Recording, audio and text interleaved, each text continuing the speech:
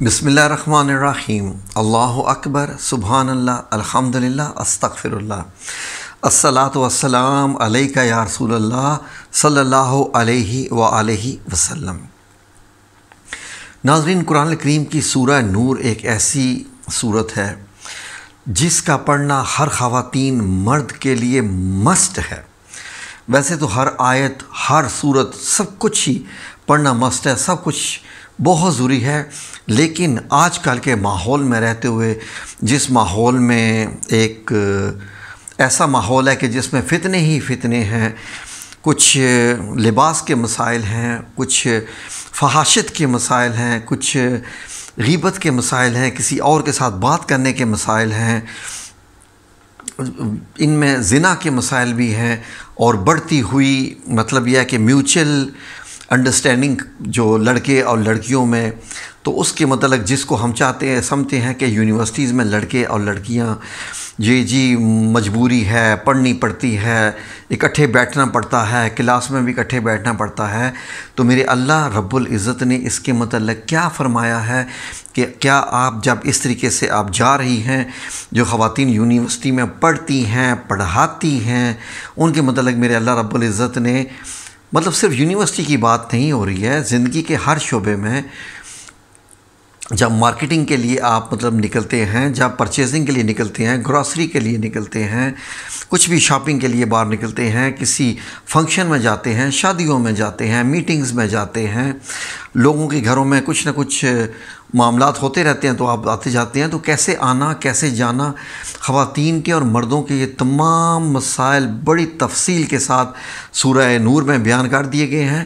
تو اب میں سورت کا صرف ترجمہ آپ کی خدمت میں پیش کر رہا ہوں تاکہ آپ لوگ اسے سمجھ سکیں، اور یقیناً آج آپ کی آنکھیں کھلنے والی ہیں۔ یہ ذہن میں رکھ لیجئے گا کہ وہ چیزیں جن کے متعلق آپ کو نہیں پتہ، آج آپ وہ جاننے جا رہے ہیں، جبکہ قرآن کریم سب کے گھر میں موجود ہوتا ہے، ترجمے والا بھی ہوتا ہے، لیکن لوگ نہیں پڑھتے، ٹائم نہیں ہے، لیکن سوشل میڈیا کے تھرو ہی ہم نے سوچا کہ چلیں اب تک یہ انفارمیشن پہنچ تو جائے ایٹ لیسٹ۔ میں صرف ترجمہ آپ کی خدمت میں پیش کر رہا ہوں۔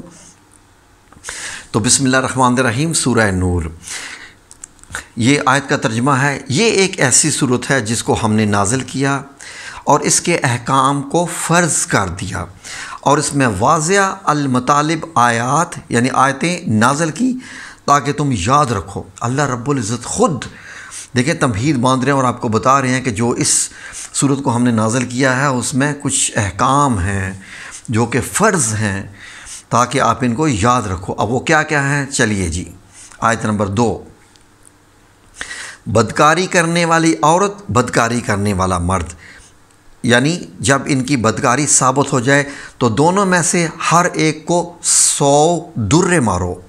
اگر تم اللہ اور روز آخرت پر ایمان رکھتے ہو تو شروع اللہ کے حکم میں تمہیں ان پر ہرگز ترس نہیں آنا چاہیے، اور چاہیے کہ ان کی سزا کے وقت مسلمانوں کی ایک جماعت بھی اس میں موجود ہو۔ ناظرین دیکھیے، اللہ رب العزت کی حکمتیں دیکھی ہیں۔ آئی لو یو اللہ جی۔ حکمت یہ ہے کہ جب ان کو آپ 100 درے ماریں، جب ان کا زنا ثابت ہو جائے، بدکاری ثابت ہو جائے، تو ان میں لوگوں کو اکٹھا کرو اور ان کے سامنے مارو۔ پوچھے کیوں؟ تاکہ دوسروں کے لیے عبرت بن جائے، دوسرے لوگ ڈر جائیں، اور مارتے وقت اگر وہ چیخیں، چلائیں، روئیں تو تمہیں ان پہ ترس نہیں آنا چاہیے۔ یہ دیکھیے، 2 لوگوں کو یہ درے پڑھیں گے جنہوں نے بدکاری کی ہوئی ہے، لیکن ایک پورا معاشرہ اس سے سنبھل جائے گا، پورا معاشرہ اس سے ڈر جائے گا، معلوم ہو جائے گا کہ اس کی ایک سزا یہ ہے۔ یہ ہوتی ہے حکمتیں۔ آیت نمبر 3، بدکار مرد تو بدکار یا مشرک عورت کے سوا نکاح نہیں کرتا۔ دیکھیے، اور بدکار عورت کو بھی بدکار یا مشرک مرد کے سوا کوئی نکاح میں نہیں لاتا، اور یہ یعنی بدکار عورت سے نکاح کرنا مومنوں پر حرام ہے۔ ناظرین، جو ایسی عورت بدکار ہو، بدکاری جاری رکھے ہوئے ہو، تو مومنین سے کہا جا رہا ہے کہ ان کے ساتھ نکاح کرنا بھی حرام ہے، کیونکہ ان کی پاک دامنی پہ بھی مطلب یہ ہے کہ ایک حرف آ سکتا ہے، اور اللہ رب العزت کی حکمتیں ہم تو نہیں کچھ کہہ رہے نا۔ نمبر 4، جو لوگ پرہیزگار عورتوں کو بدکاری کا عیب لگائیں، پرہیزگار عورتوں کو بدکاری کا عیب لگائیں اور اس پر 4 گواہ یعنی 4 وٹنس نہ لائیں تو ان کو 80 یعنی 80 درے مارو اور کبھی ان کی شہادت قبول نہ کرو، اور یہی بدکار ہیں۔ چلیے، جہاں شادی بیاہ ہو رہا ہو، جہاں محفل ہو رہی ہو، جہاں 4 خواتین 2 خواتین بیٹھی ہوں اور وہ باتیں کرتی ہیں، اس کی دیکھو وہ وہاں آتی ہے، وہ وہاں جاتی ہے، اس عورت کے اس مرد کے ساتھ تعلقات ہیں، اس کے ساتھ تعلقات ہیں، اس کے ساتھ تعلقات ہیں، بیٹھے بٹھائے تعلقات پہ تعلقات بنائے جا رہے ہوتے ہیں، اور ان کے پاس کوئی گواہی بھی نہیں ہوتی۔ تو اللہ رب العزت تو کہہ رہے ہیں کہ ان کو 80 درے مارو اور اس کے بعد ان کی شہادت بھی قبول نہ کرو، اس لیے کہ وہ بغیر کسی ثبوت کے عیب لگا رہے ہیں، اور یہی بدکار ہیں۔ چلیے، اس کا مطلب ہے جب ہم کسی پہ عیب لگاتے ہیں، کسی کی بغیر دیکھے، بغیر کسی گواہی کے کسی کے جب عیب دیتے ہیں کہ وہ بندہ ایسا برا ہے، وہ ایسا برا ہے، تو اس کا مطلب ہوتا ہے کہ بدکار وہ خود ہوتا ہے جو عیب لگا رہا ہے۔ اللہ رب العزت فرما رہا ہے، آیت نمبر 4 کا ترجمہ، آیت 5 میں کیا ہے؟ ہاں، جو اس کے بعد توبہ کر لیں اور اپنی حالت سنوار لیں تو اللہ بھی بخشنے والا مہربان ہے۔ اگر آپ ناظرین کچھ ایسا کر رہے ہیں، لوگوں کے متعلق ایسی بات کر رہے ہیں، تو اللہ رب العزت سے توبہ کر لیجئے۔ اللہ تو بخشنے والا ہے، لیکن سچے دل سے توبہ کہ آئندہ آپ کبھی ایسا نہیں کریں گے، تاکہ آپ بدکاری کے جو یہ پچھلی آیت میں اللہ رب العزت نے فرمایا تھا کہ یہی بدکار ہیں، ایٹ لیسٹ آپ اس سٹیج سے تو نکل آئیں نا۔ ابھی توبہ کر لیجئے، اللہ رب العزت قبول فرمانے والا ہے، ابھی توبہ کر لیجئے۔ یا میرے مولا کریم، میں اپنی زندگی میں اگر میں نے کسی کے متعلق کوئی بات کی ہے تو میں اس کے لیے آپ سے توبہ کرتا ہوں، معافی چاہتا ہوں سچے دل سے، آئندہ میں کبھی بھی ایسا نہیں کروں گا۔ یا رب العزت مجھے معاف فرما دے، یا رب العزت میں کبھی کسی پہ عیب نہیں لگاؤں گا جب تک میرے پاس 4 گواہ 4 ثبوت نہ ہوں۔ یا رب العزت اب مجھے معاف کر دے، مجھے بخش دے، آمین یا رب العالمین۔ آپ بھی آمین کہیے۔ آگے آئیے، آیت نمبر 6 کا ترجمہ کیا ہے؟ جو لوگ اپنی عورتوں یعنی اپنی بیویوں پہ یا اپنی عورتوں پہ خود ان کے سوا گواہ نہ ہوں تو ہر ایک کی شہادت یہ ہے کہ پہلے تو 4 بار اللہ کی قسم کھائے کہ بے شک وہ سچا ہے۔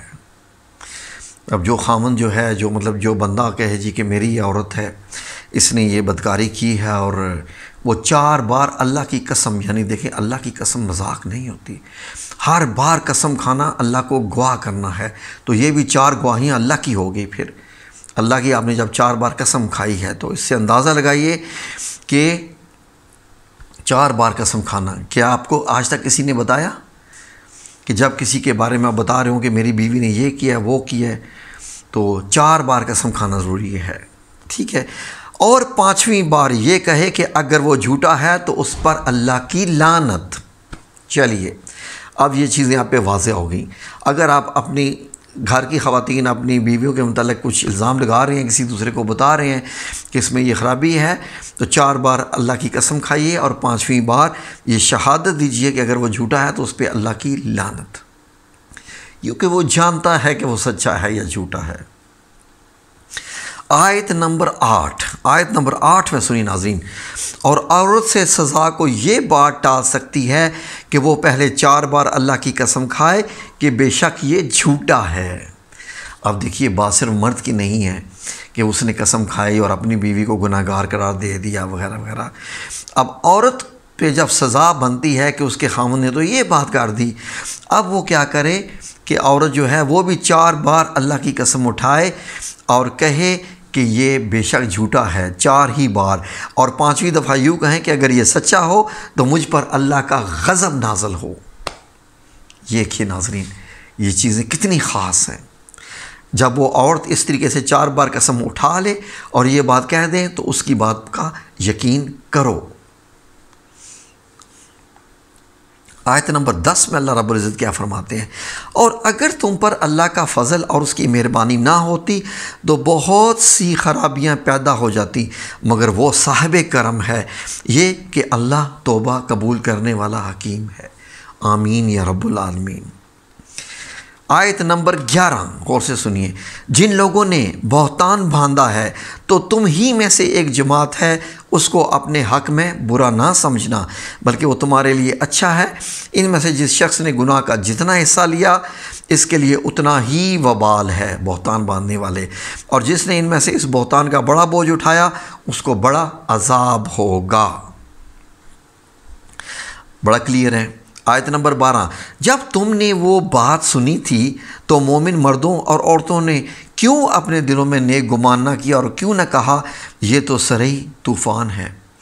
ناظرین، ایک واقعہ ہوا تھا، واقعہ افک، جب یہودیوں نے اور منافقین نے حضرت عائشہ صدیقہ رضی اللہ تعالی عنہا ان پر جھوٹا الزام لگایا تھا، بہتان لگایا تھا۔ تو اس کے بعد آپ کو معلوم ہے وہ ایک ہمارے چینل پہ وہ واقعہ لگا ہوا ہے، میں یہاں تفصیل میں نہیں جاتا۔ یہ افطرا ہے، پرداز اپنی بات کی تصدیق کے لیے 4 گواہ کیوں نہ لائے؟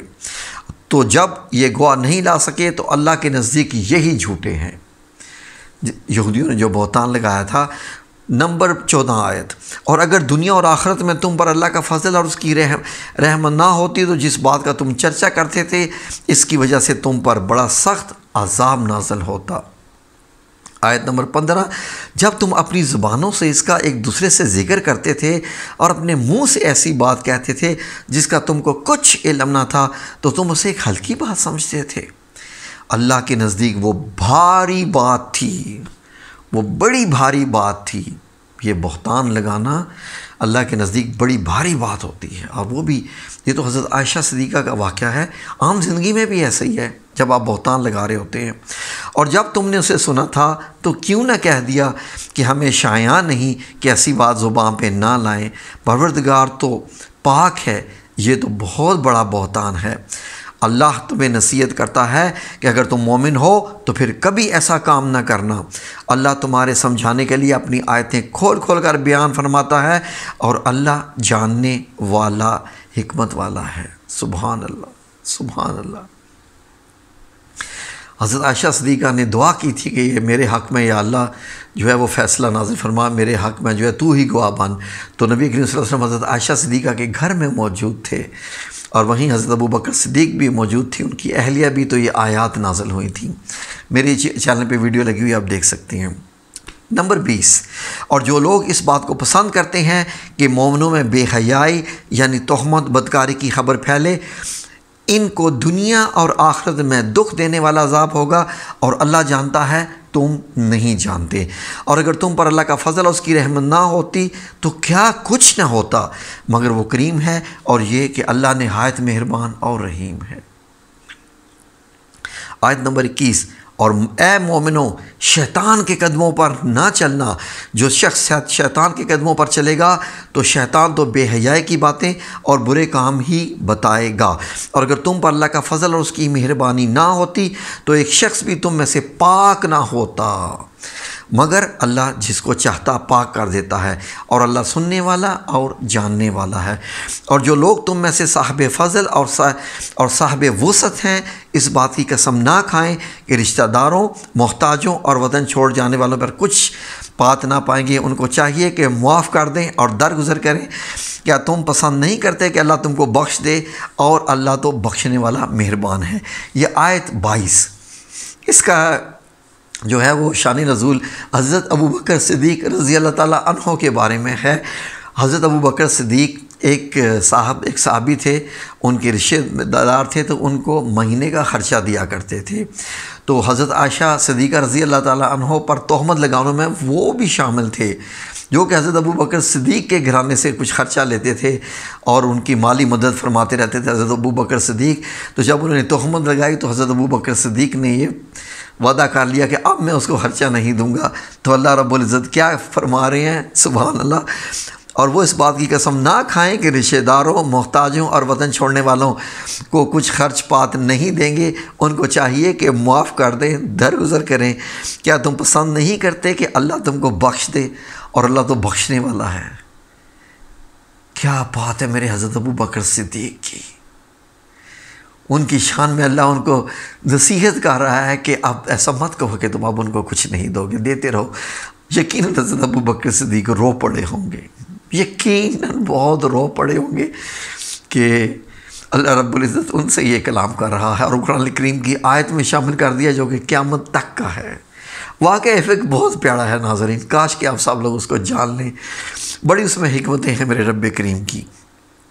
آیت نمبر 23، جو لوگ پرہیزگار اور برے کاموں سے بے خبر اور ایماندار عورتوں پر تہمت لگاتے ہیں ان پر دنیا اور آخرت دونوں میں لعنت ہے، ان کو سخت عذاب ہوگا۔ چلیے کیجیے اب باتیں دوسروں کے متعلق، جی وہ تو اتنی بری ہے، وہ وہاں جاتی ہے، وہاں آتی ہے، سن لیجئے، تہمت لگاتے ہیں ان پر دنیا اور آخرت میں اللہ کی لعنت۔ اب بتائیے، آئندہ سے بات کرتے وقت بہت احتیاط کریں۔ نمبر 24، یعنی قیامت کے روز جس دن ان کی زبانیں، ہاتھ اور پاؤں سب ان کے کاموں کی گواہی دیں گے، اس دن اللہ ان کو ان کے اعمال کا پورا پورا اور ٹھیک بدلہ دے گا۔ ان کو معلوم ہو جائے گا کہ اللہ برحق اور حق کو ظاہر کرنے والا ہے۔ آیت نمبر 26، غور سے سنیے، غور سے سنیے۔ ناپاک عورتیں ناپاک مردوں کے لیے، ناپاک مرد ناپاک عورتیں ناپاک مردوں کے لیے اور ناپاک مرد ناپاک عورتوں کے لیے ہیں، سن لیجئے، اور پاک عورتیں پاک مردوں کے لیے، پاک مرد پاک عورتوں کے لیے۔ یہ پاک لوگ ان بدگوئیوں کی باتوں سے بری ہیں اور ان کے لیے بخشش اور نیک روزی ہے۔ اس سے اندازہ لگائیے کہ اگر آپ نے دیکھنا ہے کہ کسی کی بیوی کیسی ہے تو وہ دیکھیں کہ اس کا خاوند کیسا ہے۔ آپ نے دیکھنا ہے کہ کسی کا خاوند کیسا ہے تو دیکھ لیجئے کہ اس کی بیوی کیسی ہے۔ آپ کو بہت مماثلت ملے گی دونوں میں ایک جیسی۔ یہ میرے رب کریم کا نظام ہے، میرا نہیں ہے۔ اگر ایک بندہ سمجھے کہ میں تو پاک ہوں وغیرہ وغیرہ تو پھر اس کو ناپاک عورت تو نہیں نہ ملے گی۔ پھر آگے سنیے 27ویں آیت، مومنوں اپنے گھروں کے سوا دوسرے گھروں میں گھر والوں سے اجازت لیے اور ان کو سلام کیے بغیر داخل نہ ہوا کرو، یہ تمہارے حق میں بہتر ہے، اور ہم یہ نصیحت اس لیے کرتے ہیں کہ شاید تم یاد رکھو۔ گھر میں بغیر دستک کے، اجازت کے مت داخل ہوں دوسروں کے کبھی بھی۔ نمبر 28، اگر تم گھر میں سے کسی کو موجود نہ پاؤ تو جب تک تم کو اجازت نہ دی جائے اس میں مت داخل ہو، اور اگر یہ کہا جائے کہ اس وقت لوٹ جاؤ تو لوٹ جایا کرو، یہ تمہارے لیے بڑی پاکیزگی کی بات ہے، اور جو تم کام کرتے ہو وہ اللہ سب جانتا ہے۔ ایک بندہ جاتا ہے کسی گھر میں، وہاں پر اس کا دوست موجود نہیں ہے یا اس کا رشتہ دار جو مرد ہے جس سے ملنے گیا ہے موجود نہیں ہے، اس کی بیوی صرف گھر پہ موجود ہے، اور کیا آپ کے لیے اچھا ہے کہ جائیں گھر میں، وہ اکیلی عورت گھر میں ہے اور آپ وہاں جا کے بیٹھیں؟ جہاں مرد اور خواتین ہوتی ہیں وہاں تیسرا شیطان بھی ہو سکتا ہے اور ہوتا ہے۔ تو اللہ رب العزت نے حکمت کی بات کیسی خوبصورت کی کہ یہ تمہارے لیے بڑی پاکیزگی کی بات ہے، اور جو تم کام کرتے ہو اللہ جانتا ہے، اور اس کے لیے لوٹ جایا کرو، اور اس کے بعد برا یا نہ منایا کرو، یہ بھی ذہن میں۔ 29، اور اگر ہاں تم کسی ایسے مکان میں جاؤ جس میں کوئی نہ بستا ہو اور اس میں تمہارا اسباب رکھا ہو، یعنی تمہارا سامان رکھا ہو، تو تم پر کچھ بھی گناہ نہیں، اور جو کچھ تم ظاہر کرتے ہو، پوشیدہ کرتے ہو، اللہ کو سب معلوم ہے۔ مومن مردوں سے کہہ دو کہ اپنی نظریں نیچی رکھیں۔ یاللہ یہ ہوئی نا بات، پہلے مردوں سے کہا جا رہا ہے، بڑے بنتے ہیں نا عورتوں کو، برقعے پہنو، عبائے پہنو، حجاب پہنو۔ سن لیجئے بات کہاں سے شروع ہو رہی ہے، آیت نمبر 30 سورہ نور کی، غور سے سن لیجئے۔ مومن مردوں سے کہہ دو کہ اپنی نظریں نیچی رکھا کرے، اپنی شرمگاہوں کی حفاظت کیا کرے، یہ ان کے لیے بڑی پاکیزگی کی بات ہے، اور جو یہ کام کرتے ہیں اللہ ان سے خبردار ہے۔ سن لیجئے مردوں، یہ تمام جب گزریں نظریں نیچی کر کے گزریں، نظر اونچی رکھیں۔ عورتیں سامنے سے آ رہی ہیں، کس حالت میں ہیں، کیسا لباس پہنا ہوا ہے، کیسی ان کی خوبصورتی ہے، یہی شیطانیت لاتی ہے، یہی دل میں وسوسے لاتی ہے۔ ٹھیک ہے جی، آیت نمبر اب آ جائیے آیت نمبر 31 پہ، اب غور سے سن لیجئے۔ اب خواتین آ جائیں جی، اب آپ کے متعلق ہے۔ مومن عورتوں سے بھی کہہ دو کہ وہ اپنی نگاہیں نیچی رکھیں، اپنی شرمگاہوں کی حفاظت کیا کریں، اپنی آرائش یعنی زیور کے مقامات کو ظاہر نہ ہونے دیا کریں، مگر جو ان میں سے کھلا رہتا ہے اپنے سینوں پر اوڑھنیاں اوڑھے رہا کریں اور اپنے خاوند، اپنے باپ، اپنے خسر اور بیٹیوں اور خاوند کے بیٹوں اور بھائیوں اور بھتیجوں اور بھانجوں اور اپنی ہی قسم کی عورتوں اور لونڈی غلاموں کے سوا نیز ان خدام کے جو عورتوں کی خواہش نہ رکھیں، ایسے لڑکوں کو جو عورتوں کے پردوں کی چیزوں سے نا واقف ہوں، غرض ان لوگوں کے سوا کسی پر اپنی زینت اور سنگھار کے مقامات کو ظاہر نہ ہونے دیں۔ اللہ اکبر، آگے بھی سن لیجئے، اور اپنے پاؤں ایسے طور سے زمین پر نہ مارو، خواتین، اور اپنے پاؤں ایسے طور پر زمین نہ ماریں کہ جھنکار کانوں میں پہنچے، ان کا پوشیدہ زیور معلوم ہو جائے، اور مومنوں سب اللہ کے آگے توبہ کرو تاکہ فلاح پا جاؤ۔ لیجئے جی، آج کل تو فیشن ہے، دوپٹے تو غائب ہو گئے ہیں، یہ جتنے بھی برانڈ والے ہیں 2 پیس بناتے ہیں جی، آج کل جناب جی ہماری شلوار قمیضوں اور دوپٹہ کی جگہ پر خالی قمیض آ گئی ہے، پجامے آ گئے ہیں، پجامے بھی خواتین کے جناب گھٹنوں تک تو آلموسٹ پہنچ ہی چکے ہیں، اور بال کھلے رکھنا فیشن ہو گیا ہے۔ لیجئے، آپ کے متعلق یہ ہے، اب اگر آپ یہی فیشن جاری رکھے ہوئے ہیں، تو آپ سمجھ لیجئے کہ آپ کیا کر رہی ہیں۔ مجھے کہنے کی ضرورت نہیں، رب کریم فرما رہا ہے، میں نہیں فرما رہا، رب کریم فرما رہا ہے کہ اپنے سینوں کو اوڑھنیوں سے ڈھانپ کے رکھا کرو۔ ٹھیک ہے جی، اب بتائیں، اب اگر آپ نہیں ڈھانپیں گی تو سمجھ لیں کہ پھر آپ اللہ کی جو ہے وہ نافرمانی کھلم کھلا کر رہی ہیں، آپ جانیں اور آپ کا کام جانیں۔ اللہ ہدایت نصیب عطا فرمائے ہماری سب عورتوں کو۔ آگے آ جائیے جی، آیت نمبر 32، اور اپنی قوم کی بیوہ عورتوں کے نکاح کر دیا کرو، بیوہ عورتوں کے نکاح کر دیا کرو۔ بیوہ عورتوں کو بٹھا دیا جاتا ہے، ان کے بھائی، ان کے باپ کہتے ہیں نہیں جی نہیں، ہم اس کی شادی کیوں کر دیں، یہ بیوہ ہو گئی ہے، یہ ہے وہ ہے، اس کو کیوں، اب یہ ہمارے لیے وغیرہ وغیرہ ہے۔ تو یہ سن لیجیے آیت نمبر 32، اپنی قوم کی بیوہ عورتوں کے نکاح کر دیا کرو، اپنے غلاموں اور لونڈیوں کے بھی جو نیک ہوں نکاح کر دیا کرو، اگر وہ مفلس ہوں گے تو اللہ ان کو اپنے فضل سے خوشحال کر دے گا، اور اللہ بہت وسعت والا اور سب کچھ جاننے والا ہے۔ لیجئے نا، کوئی غریب بندہ ہو اور نکاح نہ کرے کہ میں غریب ہوں نکاح نہیں کرتا، تو اللہ رب العزت فرما رہے ہیں کہ اگر ان کے پاس رزق کی کمی ہوگی، دولت کی کمی ہوگی تو اللہ ان کو اور دے دے گا۔ بتائیے اب آگے آیت نمبر 33 پہ آ جائیے، اور جن کو بیاہ کا جو ہے وہ مقدور نہ ہو، خواتین، بیوہ خواتین سنیے، اور جن کو بیاہ کا مقدور نہ ہو وہ پاک دامنی کو اختیار کیے رہیں، یہاں تک کہ اللہ ان کو اپنے فضل سے غنی کر دے۔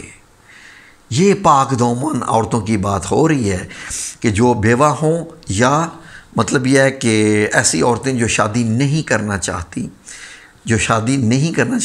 سن لیں، یہ آپ کے لیے متعلق بڑی خوشخبری آپ کے لیے کہ وہ پاک دامنی کو اختیار کیے رہیں یہاں تک کہ اللہ ان کو اپنے فضل سے غنی کر دے۔ یعنی اللہ ان کے لیے رزق کے دروازے بھی کھول دے گا،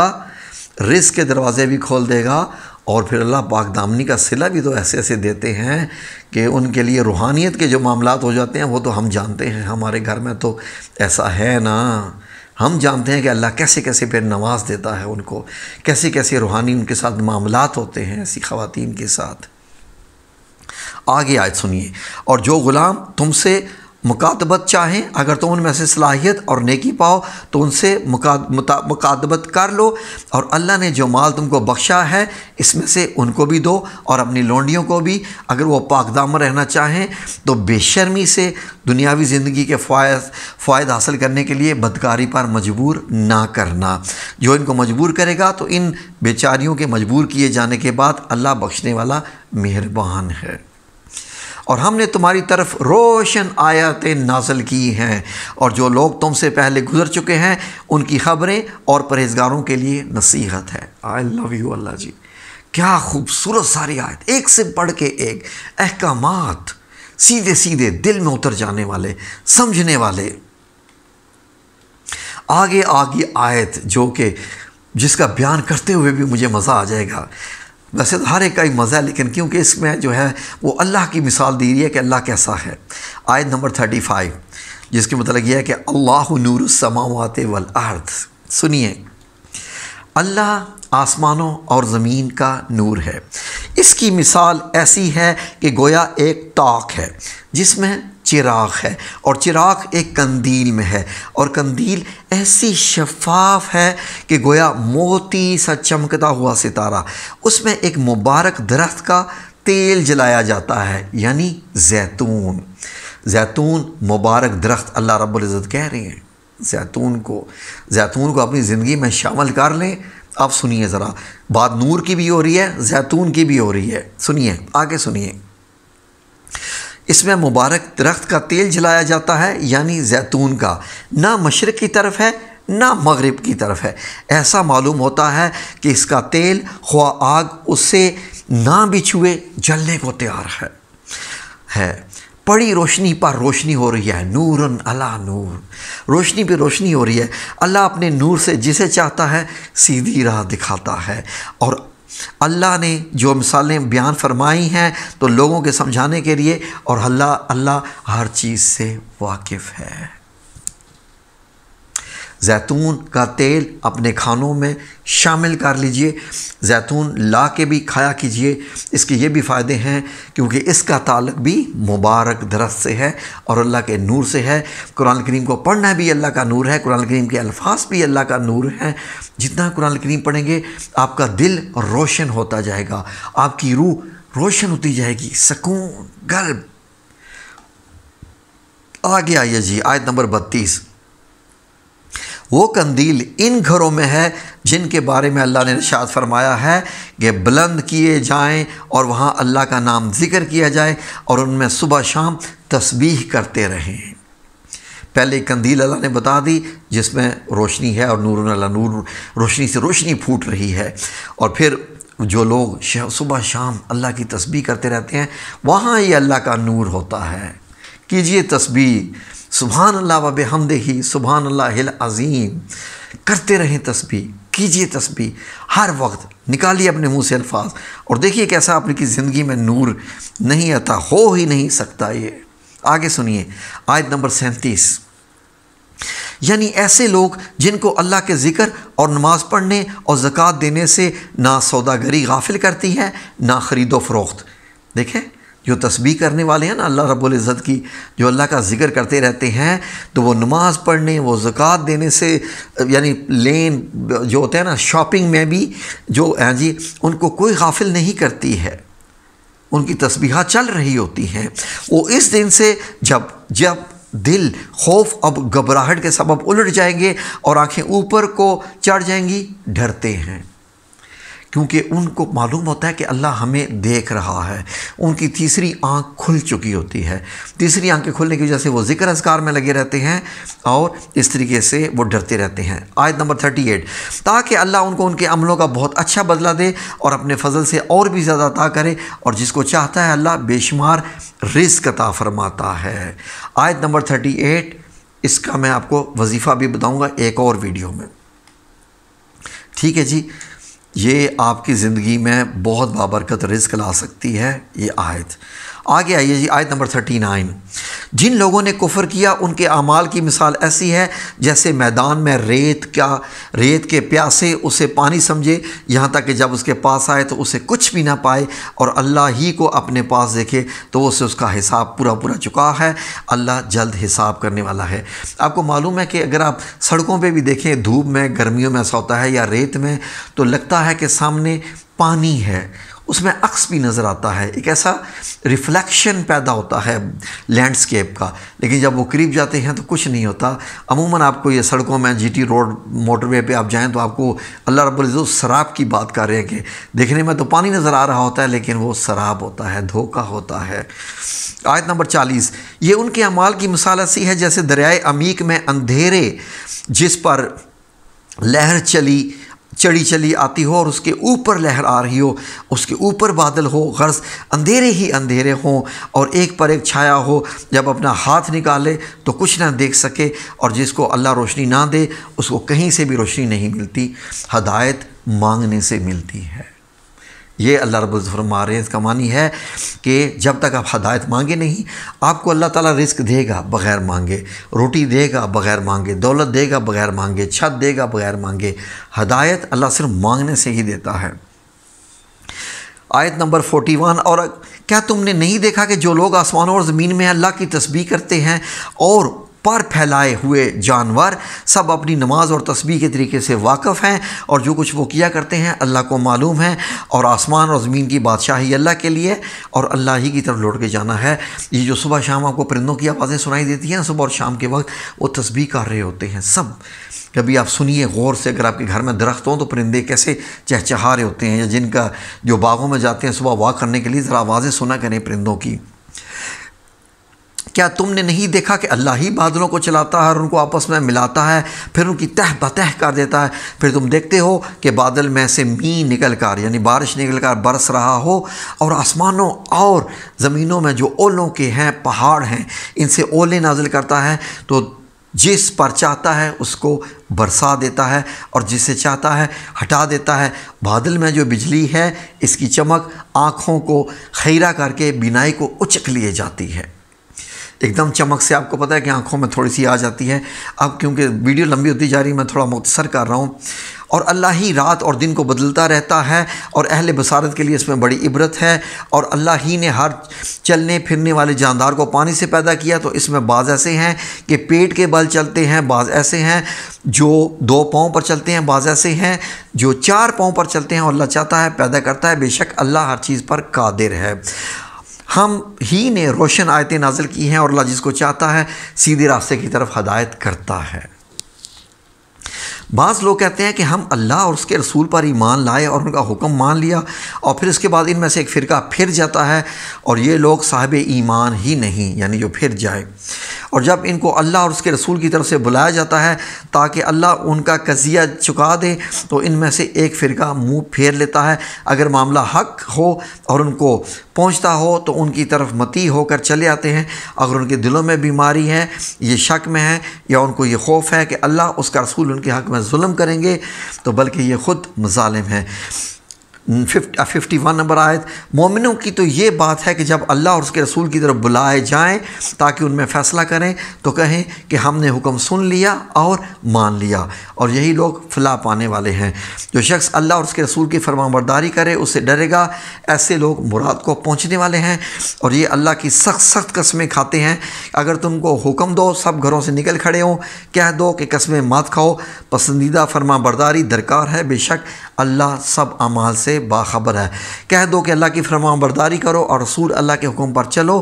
اگر منہ موڑو گے تو رسول پر اس چیز کا ادا کرنا جو ان کے ذمہ ہے، تم پر اس چیز کا ادا کرنا ہے جو تمہارے ذمہ ہے۔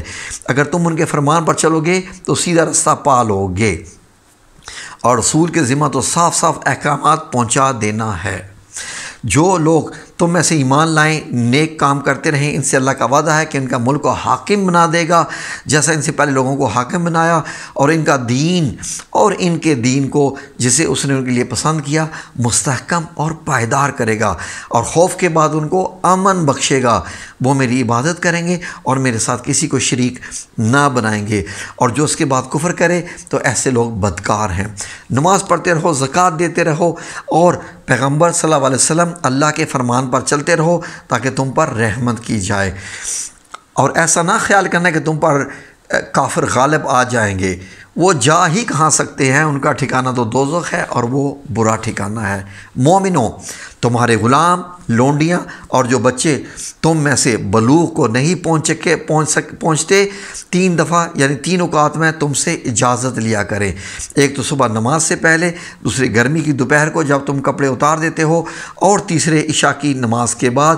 یہ 3 وقت تمہارے پردے کے ہیں، اور ان کے آگے پیچھے یعنی دوسرے وقتوں میں نہ تم پر کچھ گناہ ہے اور نہ ان پر کہ کام کاج کے لیے ایک دوسرے کے پاس آتے جاتے رہیں۔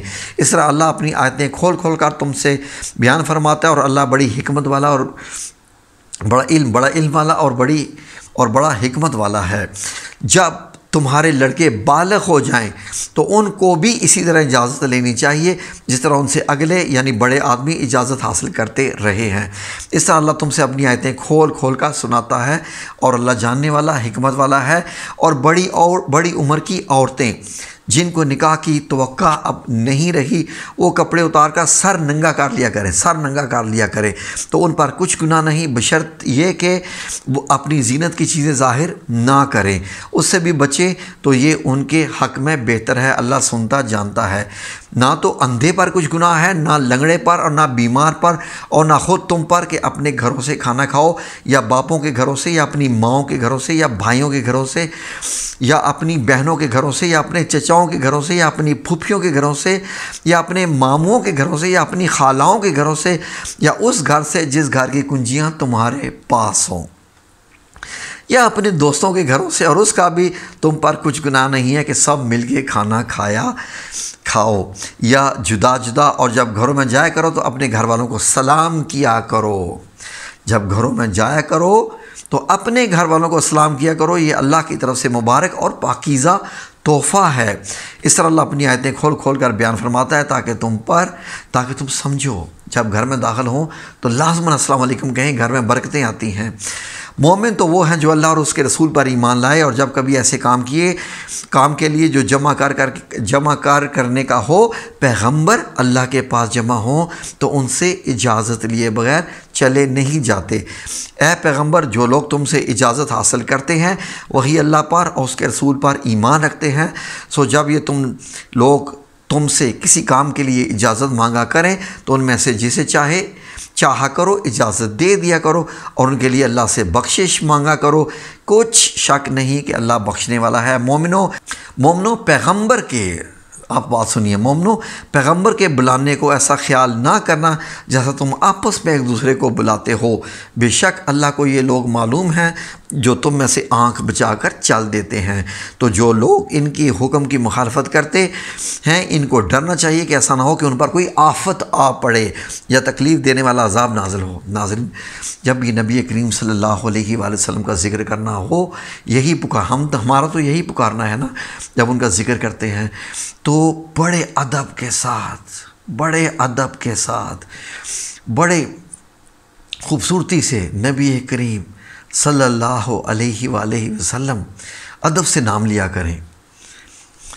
آخری نمبر آیت 64، دیکھو جو کچھ آسمانوں اور زمین میں ہے سب اللہ ہی کا ہے، جس طریق پر تم ہو وہ اسے جانتا ہے، اور جس روز لوگ اس کی طرف لوٹائے جائیں گے تو جو لوگ عمل کرتے رہے وہ ان کو بتا دے گا، اللہ ہر چیز پر قادر ہے۔ معذرت ویڈیو لمبی ہوگی لیکن بتانا ضروری تھا جو اس میں تھا۔ آج آپ لوگوں نے بہت کچھ سیکھا، یقیناً میں نے بھی بہت کچھ سیکھا۔ یہ ہوتا ہے نورن علی نور۔ قرآن الکریم کا پڑھنا سمجھنا دل کو روشن کرتا ہے اور اللہ سے ملاقات کرواتا ہے۔ الحمدللہ یا رب العزت ہماری بھی اس ملاقات کو قبول فرما، ہم سب لوگوں کو بھی ہم سب لوگوں کے دل کو بھی، روح کو بھی، سب کو ہمارے جسموں کو بھی نور سے بھر دے، تاکہ ہم بے حیائی کے کام نہ کریں اور صرف تیرے بتائے ہوئے احکامات کو جو ہے وہ صرف فالو کریں، اور تاکہ تیرا رحم اور کرم ہم پہ ہو۔ آمین یا رب العالمین، بے رحمتک یا ارحم الراحمین۔